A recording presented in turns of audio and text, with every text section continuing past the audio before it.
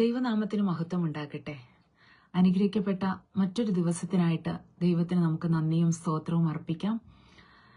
Morning മന്ന എന്ന ഈ ഫേസ്ബുക്ക് ചാനലിന്റെ അഡ്മിൻ ആയിരിക്കുന്ന ബ്രദർ സിബി ഇമാനുവലിനോടുള്ള എന്റെ നന്ദി അറിയിക്കുന്നു. അതുപോലെ ഇന്ന് ഈ ഫേസ്ബുക്ക് ലൈവിൽ എന്നെ ശ്രമിച്ചുകൊണ്ടിരിക്കുന്ന എല്ലാ പ്രിയപ്പെട്ടവരോടുമുള്ള എന്റെ സ്നേഹത്തെയും വന്ദനത്തെയും അറിയിച്ചുകൊള്ളുന്നു. ദൈവം ഇന്ന് നമ്മളോട് സംസാരിക്കാൻ ആഗ്രഹിക്കുന്നത് ദൈവിക വാഗ്ദത്തങ്ങളും അതിന്റെ നിവൃത്തിയും എന്നുള്ളൊരു വിഷയമാണ്. നമ്മുടെ എല്ലാം ദൈവമക്കളായിരിക്കും നമ്മുടെ എല്ലാം ജീവിതത്തെ ദൈവത്തിൽ നിന്ന് പല വാഗ്ദത്തങ്ങൾ പ്രാപിച്ചിട്ടുള്ളവരാണ് നമ്മൾ ആ വാഗ്ദത്തങ്ങളെല്ലാം നമ്മുടെ ജീവിതത്തിൽ ആ വാഗ്ദത്തങ്ങളിൽ പലതും നിവൃത്തിയായിട്ടുണ്ട്. എന്നാൽ പല വാഗ്ദത്തങ്ങൾ നിവൃത്തിയാകാനുണ്ട്. അപ്പൊ ദൈവത്തിൽ നിന്ന് ഒത്തിരി വാഗ്ദത്തങ്ങൾ പ്രാപിച്ച നമ്മുടെ ജീവിതത്തിൽ ഈ വാഗ്ദത്തങ്ങളുടെ നിവൃത്തി എങ്ങനെയാണ്, എന്താണ് ദൈവം ആഗ്രഹിക്കുന്നത്, ഇങ്ങനെയുള്ള ചില കാര്യങ്ങളാണ് ദൈവസന്നിധി പറയുവാൻ ആഗ്രഹിക്കുന്നത്. ദൈവത്തിന്റെ വാഗ്ദത്തങ്ങളെ കുറിച്ച് നമ്മൾ നോക്കുവാണെങ്കിൽ ഇതിനെ കുറിവാക്യമായിട്ട് 2 കൊരിന്ത്യർ 1:20 വചനം ഇങ്ങനെ പറയുന്നു: ദൈവത്തിന്റെ വാഗ്ദത്തങ്ങൾ എത്രയുണ്ടെങ്കിലും അവനിൽ ഉവ്വ് എന്നത്രേ. അതുകൊണ്ട് ഞങ്ങളാൽ ദൈവത്തിന് മഹത്വം ഉണ്ടാകുമാറ് അവനിൽ ആമേൻ എന്നും തന്നെ. അപ്പൊ ദൈവത്തിന്റെ വാഗ്ദത്തങ്ങൾ എത്രയുണ്ടെങ്കിലും അത് ഉവ്വാണ്, അത് ആമേനാണെന്ന് വചനം പറയുന്നു. അപ്പൊ ദൈവം നമ്മളോട് ഒരു വാഗ്ദത്തമാണോ ഒത്തിരി വാഗ്ദത്തങ്ങളാണോ അരുളി ചെയ്തിട്ടുണ്ടെങ്കിൽ അത് ഉവ്വ എന്നാണ്. കർത്താവ് അത് ഉറപ്പ് പറയുകയാണ്. നമ്മുടെ ജീവിതത്തിൽ ദൈവം തന്ന വാഗ്ദത്തങ്ങളെല്ലാം ഉറപ്പായിട്ട് നമ്മുടെ ജീവിതത്തിൽ ദൈവം പ്രവർത്തിച്ചിരിക്കും. ആമേൻ. അത് നമുക്ക് ലഭിച്ചു കഴിഞ്ഞു എന്ന് നമുക്ക് വിശ്വസിക്കാം. ദൈവത്തിന്റെ വചനം വ്യക്തമായിട്ട് നമ്മളോട് ഇവിടെ സംസാരിക്കുന്നുണ്ട്. ഉവ്വ്, കർത്താവ് ഒരു വാഗ്ദത്തം നമ്മളോട് എത്ര വാഗ്ദത്തം, അത് ഇവിടെ വചനം പറയുന്നത് ദൈവത്തിന്റെ വാഗ്ദത്തങ്ങൾ എത്രയുണ്ടെങ്കിലും അത് ഉവ്വ് എന്നത്രേ. അപ്പൊ നമ്മൾ ഈ വചനം ഏറ്റെടുത്ത് വിശ്വസിക്കാം. ദൈവമേ, അങ്ങ് എത്ര വാഗ്ദത്തങ്ങൾ എന്റെ ജീവിതത്തിൽ തന്നിട്ടുണ്ടെങ്കിലും അത് ഉവ്വ് എന്ന് ഞാൻ വിശ്വസിക്കുന്നു. ഞാൻ പൂർണ്ണമായിട്ട് ദൈവമേ ഞാനത് വിശ്വസിക്കുന്നു, എന്റെ ജീവിതത്തിൽ ഞാൻ ഏറ്റെടുക്കുന്നു. നമുക്ക് നോക്കാം നമ്പേഴ്സ് 23:19. സംഖ്യാപുസ്തകം 23:19 വചനം എന്താ പറയുന്നത് നോക്കാം. വ്യാജം പറവാൻ ദൈവം മനുഷ്യനല്ല. മനുഷ്യരെല്ലാം നമ്മുടെ ജീവിതത്തിൽ നമ്മൾ നോക്കുവാണെങ്കിൽ മനുഷ്യരെല്ലാം ചില സമയങ്ങളിൽ നമ്മളോട് വ്യാജം പറയും. ഇന്നത് ചെയ്തു തരാം എന്ന് പറഞ്ഞിട്ട് നമ്മളെ പറ്റിക്കുന്ന അനുഭവങ്ങൾ മനുഷ്യരുടെ ജീവിതത്തിൽ കാണാം. കാരണം അത് മനുഷ്യന്റെ സ്വഭാവമാണ്. ചില സമയങ്ങളിലെല്ലാം അങ്ങനെ സംഭവിക്കും. ഇവിടെ പറയുകയാണ് വ്യാജം. ദൈവം എന്തെങ്കിലും ഒന്ന് വ്യാജം നമ്മളോട് അത് ചെയ്തു തരാമെന്ന് വ്യാജം പറയാൻ ദൈവം ഒരു മനുഷ്യനല്ല. അനുതപിപ്പാൻ അവൻ മനുഷ്യപുത്രനുമല്ല. അനുതപിക്കുവാൻ വേണ്ടി എന്ന് പറഞ്ഞാൽ ജീവിതത്തിൽ എന്തെങ്കിലും നമ്മളോടൊന്ന് അരുളി ചെയ്തിട്ട് പിന്നെ അത് അയ്യോ ഞാൻ പറഞ്ഞു പോയല്ലോ എന്ന് പറഞ്ഞ് അനുതപിക്കുന്ന മനുഷ്യർ കാണും. കാരണം മനുഷ്യർക്ക് പലപ്പോഴും ചെയ്ത വാഗ്ദത്തങ്ങളൊന്നും അങ്ങനെ നിവർത്തിക്കാൻ കഴിഞ്ഞെന്ന് വരത്തില്ല. പക്ഷെ ദൈവത്തിന്റെ കാര്യത്തിൽ ഇവിടെ വചനം നമ്മളോട് പറയുവാണ്, അനുതപിപ്പാൻ ദൈവം മനുഷ്യപുത്രനല്ല. അപ്പൊ ദൈവം ഒരിക്കലും ഒരു മനുഷ്യനല്ല വ്യാജം പറയാനും അനുതപിപ്പാനും. എന്തെങ്കിലും ഒന്ന് ദൈവം അരുളി ചെയ്തിട്ടുണ്ടെങ്കിൽ അത് നമ്മുടെ ജീവിതത്തിൽ ദൈവം ചെയ്തു തന്നിരിക്കും. ഇവിടെ പറയുന്നു താൻ കൽപ്പിച്ചത് ചെയ്യാതിരിക്കും. ദൈവം എന്തെങ്കിലും ഒന്ന് കൽപ്പിച്ചിട്ടുണ്ടെങ്കിൽ അത് നമ്മുടെ ജീവിതത്തിൽ ദൈവം ചെയ്തിരിക്കും. താൻ അരുളി ചെയ്തത് നിവർത്തിക്കാതിരിക്കും. അപ്പൊ ദൈവം ഒരു കാര്യം നമ്മളോട് അരുളി ചെയ്താൽ തീർച്ചയായിട്ടും അത് ദൈവം നമ്മുടെ ജീവിതത്തിൽ നിവർത്തിക്കും. കാരണം ദൈവം വ്യാജം പറയുന്നില്ല, ദൈവം അനുതപിക്കുന്നില്ല. ദൈവത്തിന് സർവ്വശക്തിയുള്ള ദൈവമാണ്. നമ്മുടെ ജീവിതത്തിൽ എന്തെങ്കിലും ചെയ്തു തരാമെന്ന് ദൈവം വാഗ്ദത്തം ചെയ്തിട്ടുണ്ടെങ്കിൽ ദൈവം ഒരു നാളും അത് ചെയ്തു തരാതിരിക്കാൻ അയ്യോ ഞാൻ പറഞ്ഞു പോയല്ലോ എന്ന് പറഞ്ഞ് അനുതപിക്കുന്ന ഒരാളല്ല. സർവ്വശക്തിയുള്ള ദൈവമാണ്. ദൈവം എന്തെങ്കിലും ഒന്ന് നമ്മുടെ ജീവിതത്തിൽ അരുളി ചെയ്തിട്ടുണ്ടെങ്കിൽ തീർച്ചയായിട്ടും അത് നമ്മുടെ ജീവിതത്തിൽ ദൈവം ചെയ്തിരിക്കും. ചില സമയങ്ങളിൽ അതിനൊരു കാലതാമസം വന്നേക്കാം. കാരണം ദൈവത്തിന്റെ സമയത്താണ് അത് നടക്കുന്നത്. നമ്മുടെ ചിന്തയിൽ അല്ലെങ്കിൽ നമ്മുടെ കാൽക്കുലേഷനിൽ ഒരു കാലതാമസം വന്നതായിട്ട് തോന്നാം. പക്ഷെ ദൈവത്തിന് അതിൻ്റെതായ പെർഫെക്റ്റ് ടൈം. നമ്മൾ ഹബക്കൂക്ക് പ്രവചനം നോക്കുവാണെങ്കിൽ ഹബക്കൂക്ക് 2:3 പറയുന്നു ദർശനത്തിന് ഒരു അവധി വെച്ചിരിക്കുന്നു. അപ്പൊ ദൈവം ഒരു വാഗ്ദത്തം അരുളി ചെയ്തിട്ടുണ്ടെങ്കിൽ ദൈവം അതിനൊരു അവധിക്കാലവും വെച്ചിട്ടുണ്ട്. ഒരു സമയം ദൈവം കറക്റ്റായിട്ടുള്ള ഒരു ടൈം വെച്ചിട്ടുണ്ട്. പക്ഷെ നമ്മുടെയൊക്കെ ഒരു ആറ്റിറ്റ്യൂഡ്, മനുഷ്യരായ നമ്മുടെ ആറ്റിറ്റ്യൂഡ് എന്ന് പറഞ്ഞാൽ ദൈവം ഇന്നൊരു വാഗ്ദത്തം അരുളി ചെയ്താൽ അടുത്ത ദിവസം അതിന്റെ മറുപടി ലഭിക്കണം, അല്ലെങ്കിൽ ഒരാഴ്ചയ്ക്കുള്ളിൽ അത് നിവൃത്തിയാകണം എന്നൊക്കെയാണ് നമ്മൾ കാൽക്കുലേറ്റ് ചെയ്ത് കൂട്ടുന്നത്. അപ്പം ദൈവം നമ്മൾ വിചാരിക്കും എന്തുകൊണ്ട് ഇത് താമസിക്കുന്നു, എന്തുകൊണ്ട് ദൈവം അരുളി ചെയ്തിട്ട് എന്റെ ജീവിതത്തിൽ നടക്കുന്നില്ല, ഇങ്ങനെയൊക്കെയുള്ള സംശയങ്ങൾ നമ്മുടെ ജീവിതത്തിൽ വരാം. പക്ഷെ ദൈവം എല്ലാത്തിനും ഒരു സമയം വെച്ചിട്ടുണ്ട്, ഒരു അവധി വെച്ചിട്ടുണ്ടെന്ന് ദൈവം പറയുകയാണ്. അത് സമാപ്തിയിലേക്ക് ബന്ധപ്പെടുന്നു. അതിന്റെ ഒരു സമയത്തിലേക്ക് അത് നീങ്ങിക്കൊണ്ടിരിക്കുകയാണ്. അതുകൊണ്ട് നമ്മൾ തിരക്ക് പിടിച്ചിട്ട് ഒരു കാര്യമില്ല. കർത്താവിന്റെ പെർഫെക്റ്റ് ടൈമിലാണ്, അതിന്റെ ആ പെർഫെക്റ്റ് ടൈമിലാണ് ദൈവം അത് ചെയ്യത്തുള്ളൂ. സമയം തെറ്റത്തില്ല. ദൈവത്തിന് ഒരിക്കലും സമയം തെറ്റത്തില്ല. ദൈവം ഒരിക്കലും സമയത്തിന് മുൻപോ സമയത്തിന് ശേഷവുമല്ല ദൈവം പ്രവർത്തിക്കുന്നത്. അതിന്റെ ആ പെർഫെക്റ്റ് ടൈമിൽ, കറക്റ്റ് ടൈം ദൈവത്തിനറിയാം. ആ സമയത്ത് അത് നിവർത്തിച്ചെങ്കിൽ മാത്രമേ അതിന്റെ ആ ഒരു പെർഫെക്ഷനിൽ എത്തുകയുള്ളൂ എന്ന് ദൈവത്തിനറിയാം. പക്ഷെ നമ്മൾ മനുഷ്യരുടെ എല്ലാം കാൽക്കുലേഷൻ എന്ന് പറഞ്ഞാൽ പലപ്പോഴും ഇന്ന സമയത്ത് അത് നടക്കണം എന്നൊക്കെ നമ്മൾ ഒരു കാൽക്കുലേറ്റ് ചെയ്യും. പക്ഷെ അങ്ങനല്ല. ദൈവത്തിന്റെ കാൽക്കുലേഷൻ അതിന്റെ പെർഫെക്റ്റ് ടൈം ആയിരിക്കും. ദൈവം പറയാണ് അത് വൈകിയാലും അതിനേക്കാൾ എന്ന് പറഞ്ഞാൽ നമ്മുടെ കാൽക്കുലേഷൻ ചിലപ്പോൾ അത് വൈകിയെന്ന് തോന്നാം.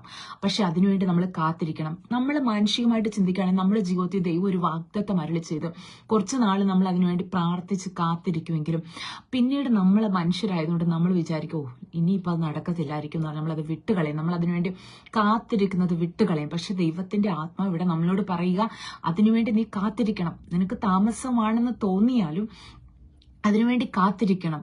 ആ ദൈവസന്നിധിയിൽ ആ സമയം തെറ്റത്തില്ല, അത് വരും നിശ്ചയമെന്ന് വചനം പറയുന്നു. വൈകിയാലും അതിനുവേണ്ടി നീ കാത്തിരിക്കണം എന്ന് ദൈവവചനം പറയുന്നു.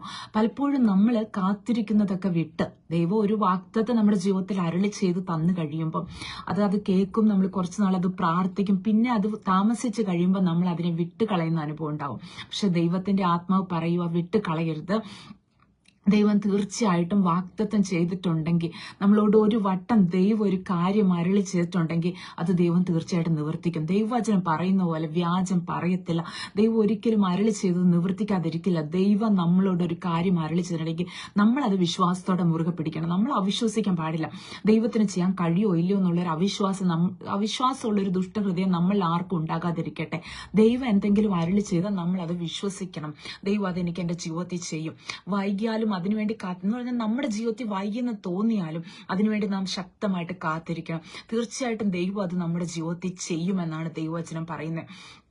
നമുക്ക് നമ്മുടെ പഴയ നിയമത്തിലെ അബ്രഹാം പിതാവിനെ കുറിച്ച് നോക്കാം. അബ്രഹാം പിതാവിന്റെ ജീവിതത്തിൽ അബ്രഹാം പിതാവ് ഹാരാനിലിരിക്കുന്ന കാലത്ത് ദൈവത്തിന്റെ ആത്മാവ് അബ്രഹാം പിതാവിനോട് ദൈവം സംസാരിക്കുകയാണ്.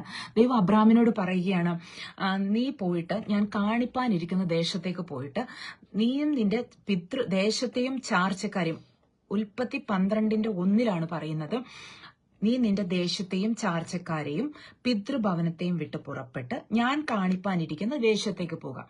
അപ്പൊ ദൈവം അബ്രഹാമിനോട് അവിടെ വന്നിട്ട് പറയുക, നീ നിന്റെ ചാർച്ചക്കാരെ പ്രിയപ്പെട്ടവരെയൊക്കെ വിട്ട് ഞാൻ പറയുന്ന ഒരു ദേശത്തേക്ക് കടന്നു പോകാന്ന് പറയാം.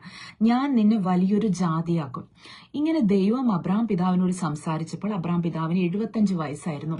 അബ്രഹാമിനും സാറായ്ക്കും കുഞ്ഞുങ്ങളില്ലായിരുന്നു. പക്ഷെ ദൈവം ഒരു വാഗ്ദത്തം കൊടുത്തു, ഞാൻ നിന്നെ വലിയൊരു ജാതിയാക്കും. നീ ഈ ദേശക്കാരെയും പിതൃഭവനത്തെയൊക്കെ വിട്ട് ഞാൻ കാണിപ്പാനിരിക്കുന്ന ദേശത്തേക്ക് പോണെന്ന്.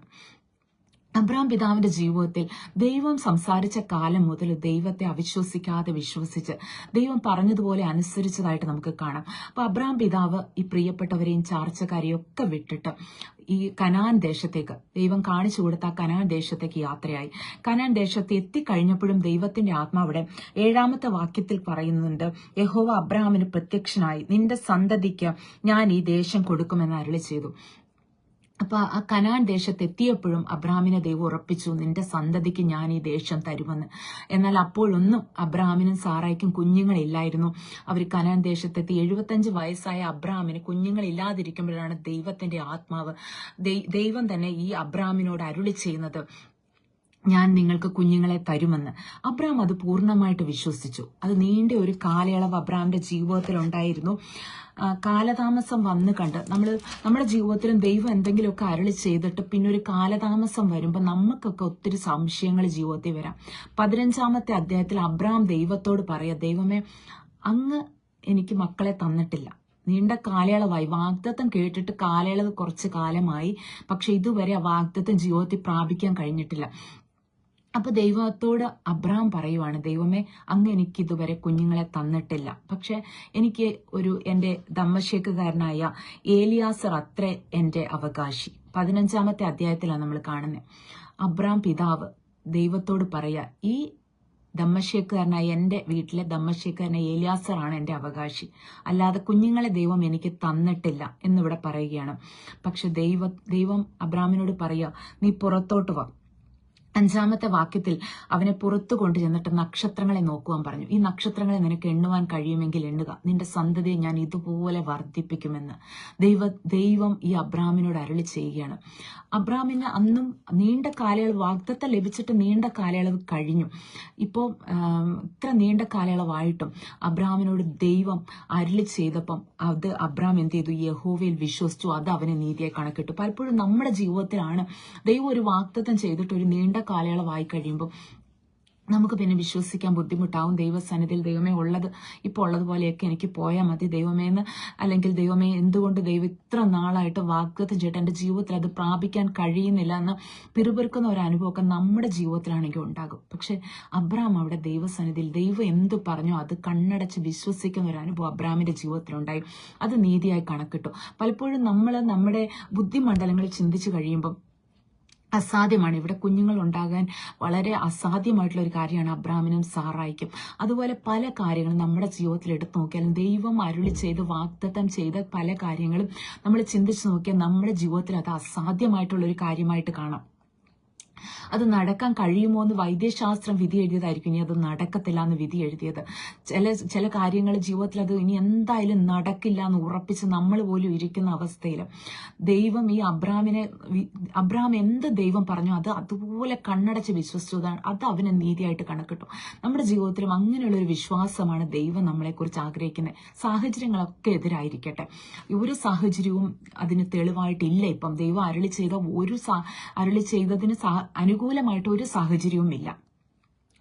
ഒന്നും നടക്കുന്നതായിട്ട് ഒന്നും കാണുന്നില്ല. എങ്കിലും ദൈവമല്ലേ അരുളി ചെയ്തത്, അത് നിവർത്തിക്കാതിരിക്കില്ല. എൻ്റെ അപ്പൻ എന്നോട് അരുളി ചെയ്തിട്ടുണ്ടെങ്കിൽ അത് ചെയ്തിരിക്കുമെന്ന് പൂർണ്ണമായിട്ട് വിശ്വസിക്കാൻ കഴിയണം.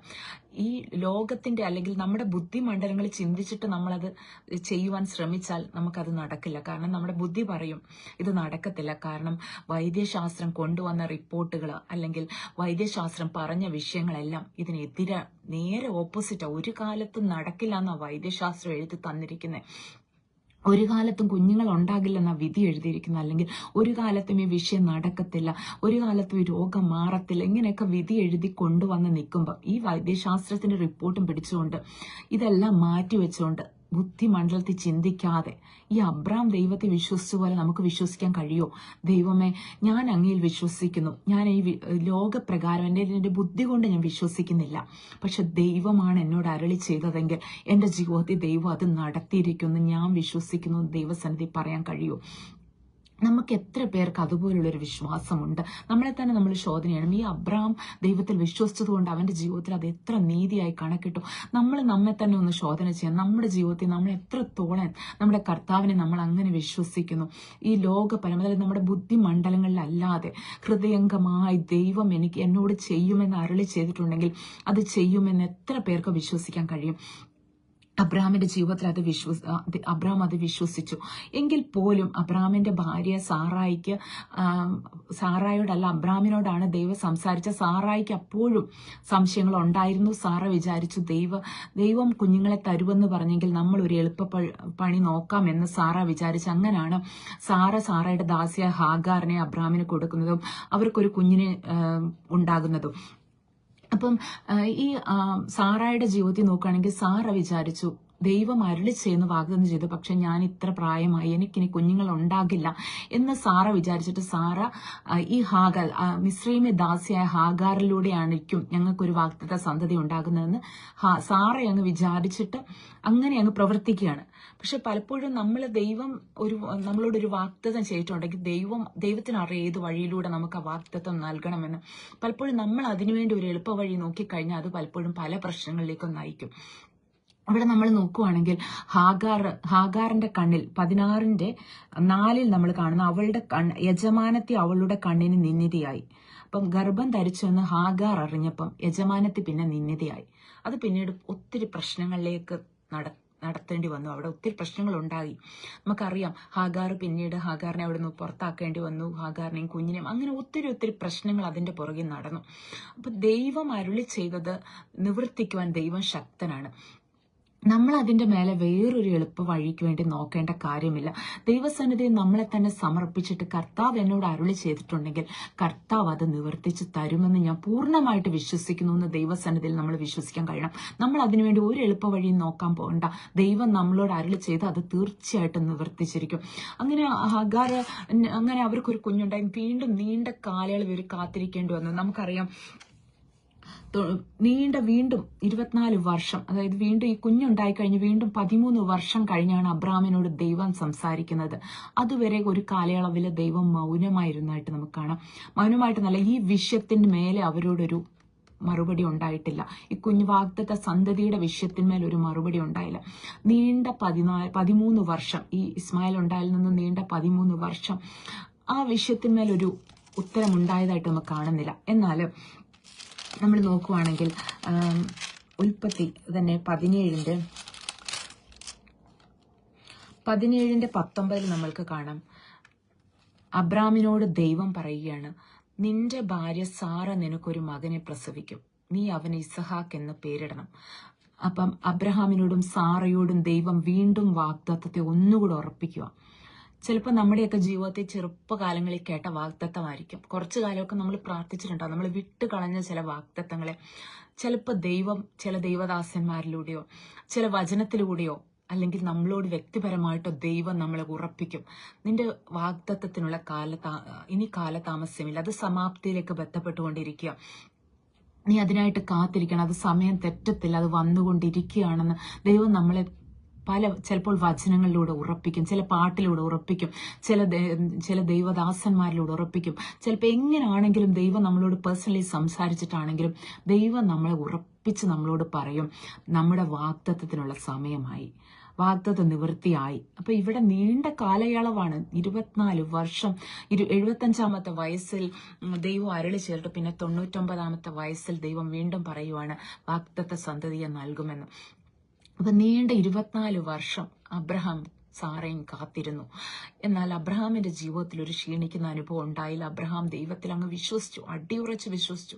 നമ്മുടെ ജീവിതത്തിലാണെങ്കിൽ നീണ്ട കാലയളവ് വരുമ്പോഴേക്കും നമ്മൾ എന്തുവരും, നമ്മുടെ ജീവിതത്തിൽ വല്ലാത്ത മടുപ്പ് വരും.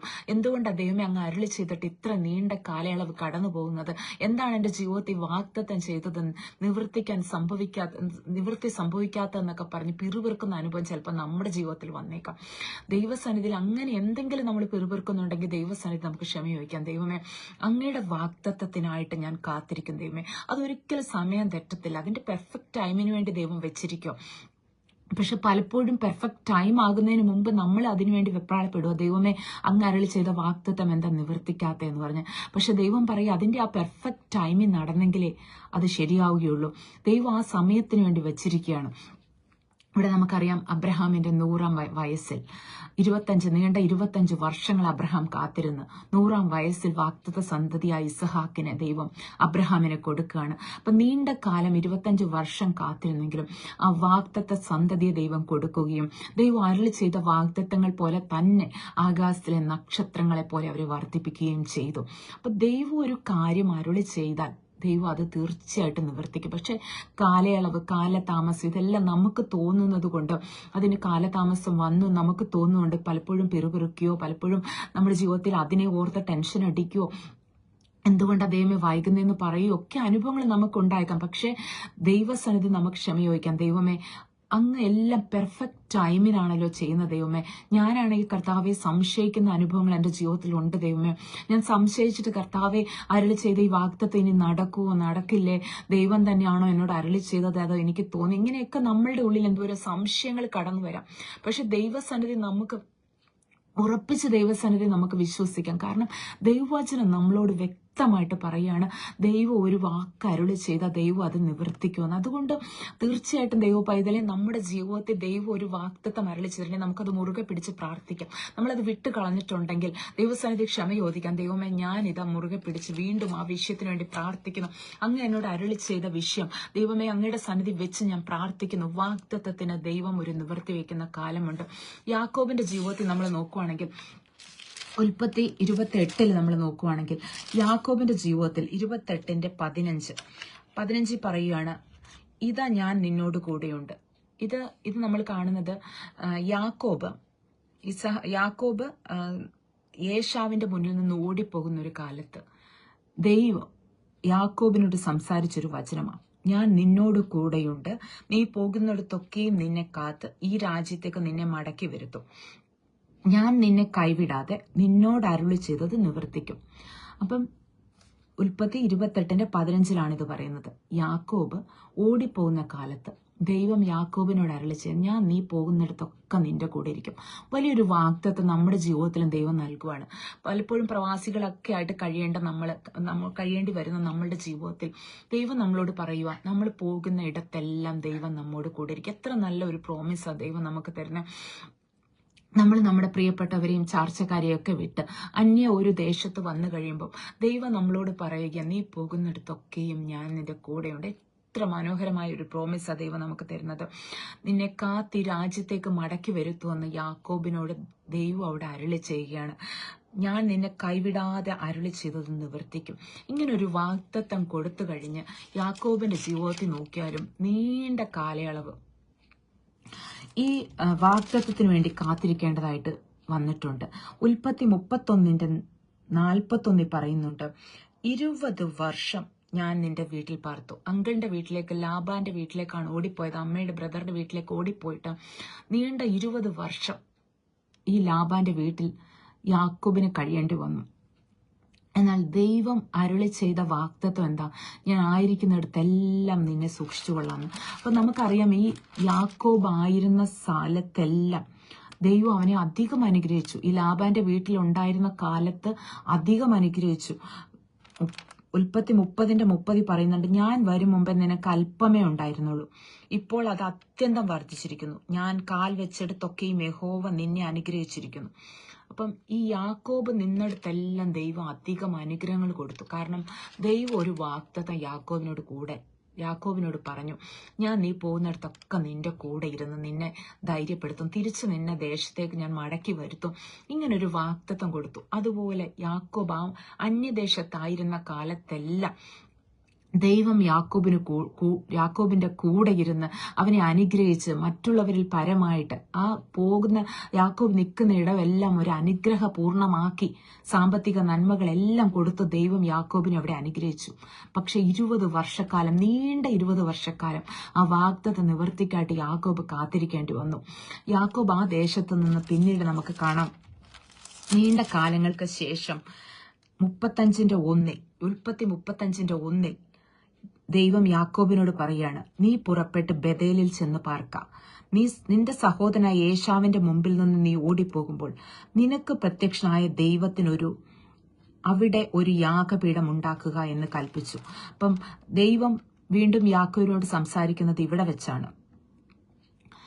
നീ മുമ്പേ സഹോദരന്റെ മുൻപിൽ നിന്ന്, ഏശാവിന്റെ മുമ്പിൽ നിന്ന് നീ ഓടിപ്പോയപ്പോൾ ഞാൻ നിന്നോടൊരു വാഗ്ദത്തം പറഞ്ഞിരുന്നു, നിന്നെ ഞാൻ ആയിരിക്കുന്ന ഇടത്തെല്ലാം നിന്നെ ഞാൻ കാത്തു പരിപാലിച്ചു കൊള്ളാമെന്നും നിന്നെ ഈ ദേശത്ത് ഞാൻ മടക്കി വരുത്തിക്കൊള്ളാമെന്നും.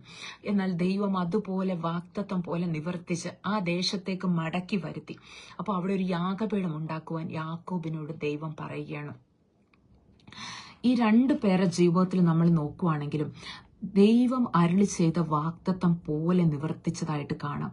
അബ്രാമിന്റെ ജീവിതത്തിൽ നമ്മൾ നോക്കുവാണെങ്കിൽ നീണ്ട 25 വർഷക്കാലം കാത്തിരുന്നെങ്കിലും ദൈവം തക്ക സമയത്ത് ആ വാഗ്ദത്തം കൊടുത്ത്, ആ കുഞ്ഞിനെ കൊടുത്ത്, അതുപോലെ ആകാശത്തിലെ നക്ഷത്രങ്ങളെ പോലെ അവരെ വർദ്ധിപ്പിച്ച് അബ്രാം പിതാവിനെ വിശ്വാസികളുടെ പിതാവാക്കി ദൈവം വെച്ചത് ദൈവത്തിൽ വിശ്വസിച്ചു, അടിയുറച്ച് വിശ്വസിച്ചു. ബുദ്ധിമണ്ഡലങ്ങളിലുള്ള ഒരു വിശ്വാസമല്ല, ദൈവത്തിൽ ആഴമായ ഒരു വിശ്വാസം ഈ അബ്രാമിന്റെ ജീവിതത്തിലുണ്ടായിരുന്നു. നമ്മുടെ ജീവിതത്തിൽ നമ്മൾ ഏറ്റെടുക്കേണ്ട ഒരു വിശ്വാസമാണ് ഈ അബ്രാം പിതാവിന്റെ വിശ്വാസം. ദൈവം എന്നോട് എന്തെങ്കിലും അരുളി ചെയ്താൽ അതെന്റെ ദൈവം എന്റെ ജീവിതത്തെ നിവർത്തിക്കുമെന്ന്. നമ്മൾ കണ്ടതുപോലെ ഈ വാഗ്ദത്തത്തിനും ദർശനത്തിനൊക്കെ ഒരു അവധി വെച്ചിട്ടുണ്ട്. അത് സമാപ്തിയിലേക്ക് ബന്ധപ്പെട്ടുകൊണ്ടിരിക്കുക. നമ്മൾ എന്ത് ചെയ്യും? പലപ്പോഴും തിരക്ക് പിടിക്കും. അതൊന്നും നടന്നിരുന്നെങ്കിൽ തിരക്ക് പിടിക്കും. നമ്മൾ നോക്കുകയാണെങ്കിൽ യോസഫിന്റെ ജീവിതത്തിൽ നമുക്കറിയാം, യോസഫിന്റെ ജീവിതത്തിൽ കാരാഗ്രഹത്തിൽ കിടന്ന കാലത്ത് അപ്പക്കാരുടെ പ്രമാണിയായും പാനപാത്രവാഹകനുമായിട്ടും ഒക്കെ ഉണ്ടായിരുന്നവർ കൂടെ ഉണ്ടായിരുന്നെന്നും അവർ ചില ദർശനങ്ങൾ കണ്ടതായിട്ടൊക്കെ നമുക്കറിയാം. ആ ദർശനം കണ്ട് ആ ദർശനം അവരോട് വിവരിച്ചു പറഞ്ഞപ്പോൾ അതുപോലെയൊക്കെ സംഭവിച്ചു. അപ്പക്കാരുടെ പ്രമാണിയെ തൂക്കിക്കളയുകയും പാനപാത്രവാഹകൻ വീണ്ടും രാജാവിന്റെ അടുക്കലേക്ക് എത്തുകയും ഒക്കെ ചെയ്തു. എന്നാൽ ഈ പാനപാത്രവാഹകൻ ഞാൻ തിരിച്ച് കൊട്ടാരത്തിൽ ചെല്ലുമ്പോൾ നിന്നെ ഓർത്തോളാന്ന് പറഞ്ഞെങ്കിലും മാനുഷികമായിട്ട് ബുദ്ധിയിൽ അതങ്ങ് മറന്നുപോയി. ചിലപ്പോൾ ദൈവം അത് മറപ്പിച്ചതുമായിരിക്കാം. നമ്മുടെ ജീവിതത്തിൽ മനുഷ്യർ ചിലപ്പോൾ നമ്മുടെ അടുത്ത് ഒരു കാര്യം ചെയ്തു തരാമെന്ന് പറഞ്ഞിട്ട് ചിലപ്പോൾ മനുഷ്യർ വിട്ടുകളയും, അത് മറന്നുപോകും. അത് ചിലപ്പോൾ ദൈവമായിട്ട് അവരെ മറപ്പിക്കുന്നതായിരിക്കും. കാരണം അതിൻ്റെ ഒരു പെർഫെക്റ്റ് ടൈം ആയിട്ടില്ല. യോസഫ് അവിടെ നിന്ന് ഇറങ്ങാനുള്ള ഒരു പെർഫെക്റ്റ് ടൈം ആയിട്ടില്ല എന്ന് ദൈവത്തിന് അറിയാം.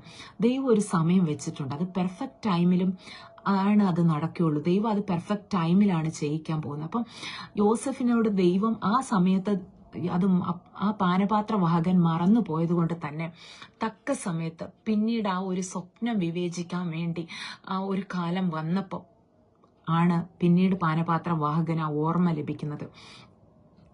ആ ഓർമ്മ ലഭിച്ച് യോസഫിനെ അവിടെ നിന്ന് കാരാഗ്രഹത്തിൽ നിന്ന് കൊണ്ടുപോയി രാജാവിന്റെ സ്ഥാനത്തേക്ക് എല്ലാ അധികാരവും ആ മിസ്രയീം ദേശത്തിന് സകല അധികാരവും കൊടുത്തിരുത്തുവാനാണ് ദൈവം ആഗ്രഹിച്ചത്.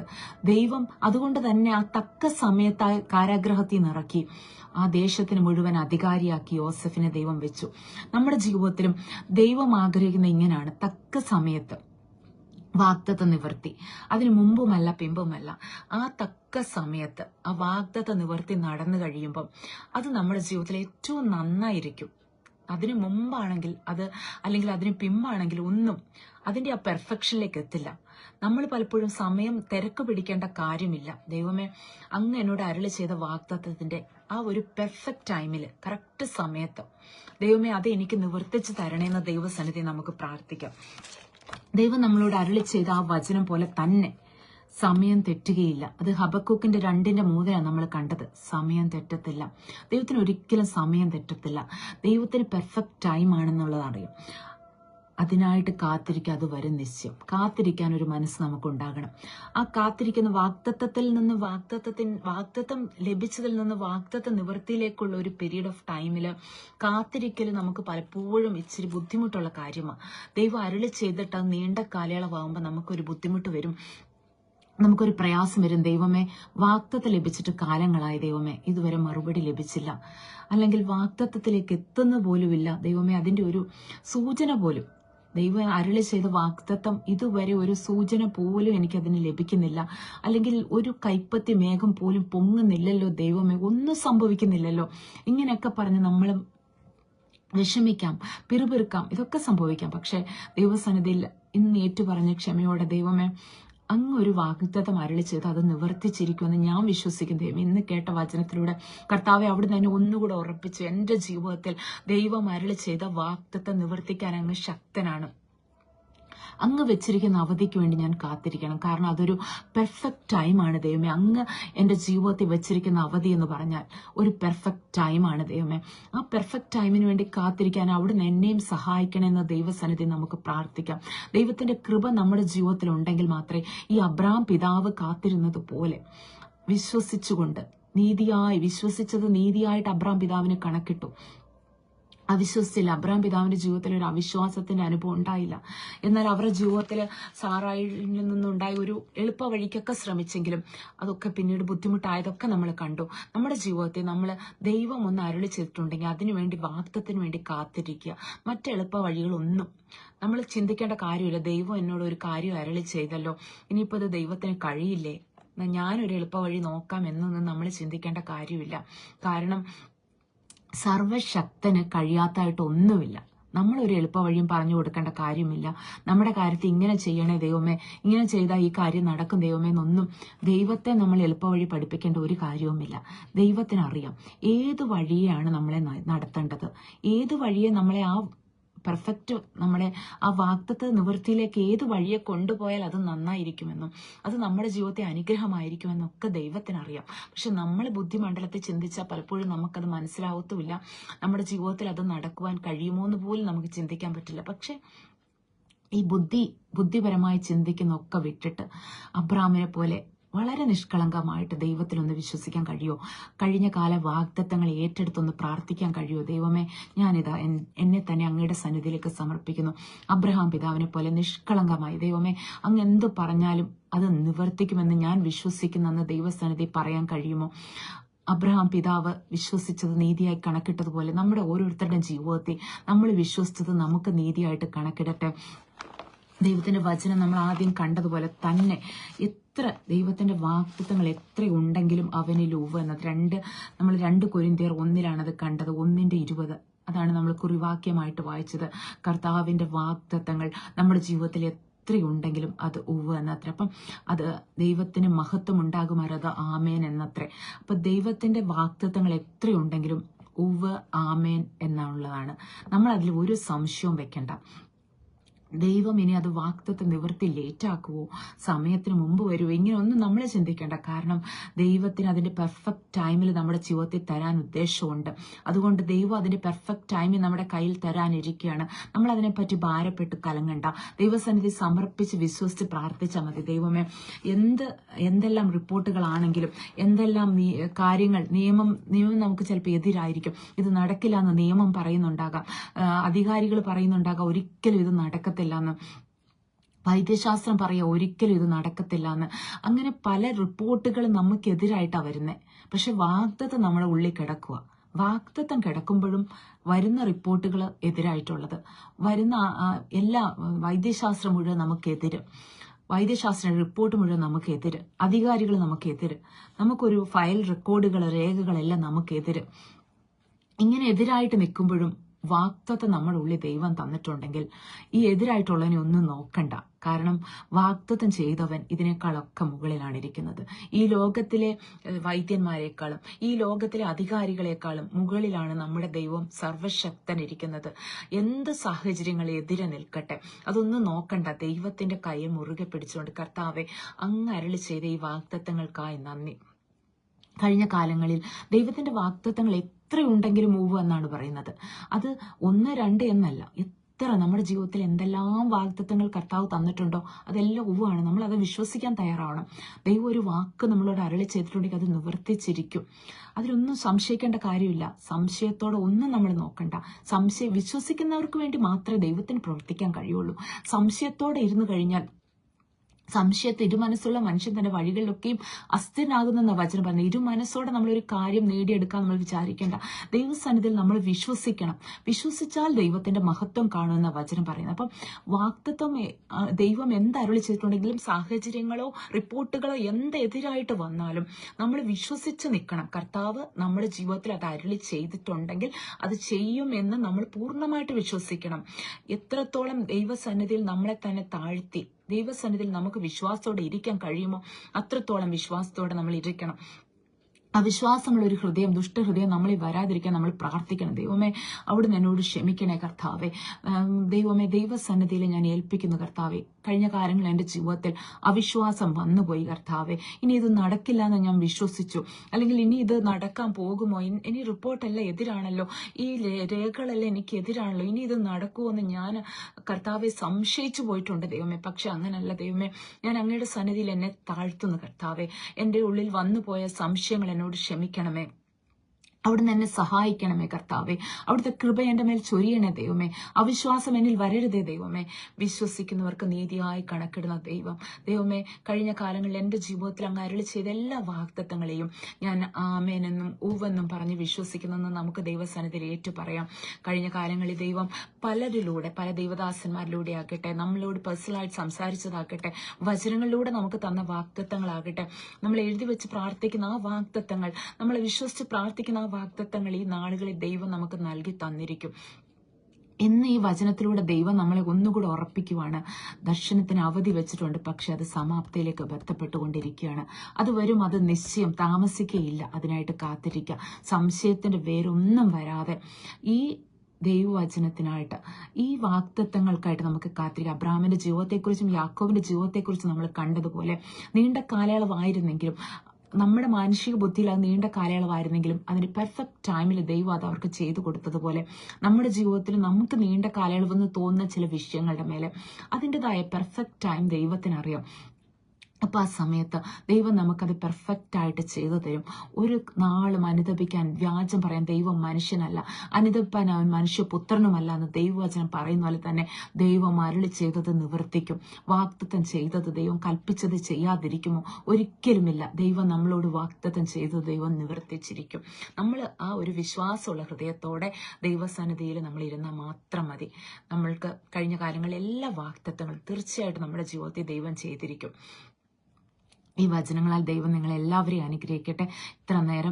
ഇത്രയും നേരം ലൈവിൽ ശ്രവിച്ചുകൊണ്ടിരുന്ന എല്ലാ പ്രിയപ്പെട്ടവരോടുള്ള എൻ്റെ നന്ദിയും സ്നേഹത്തെ അറിയിക്കുന്നു.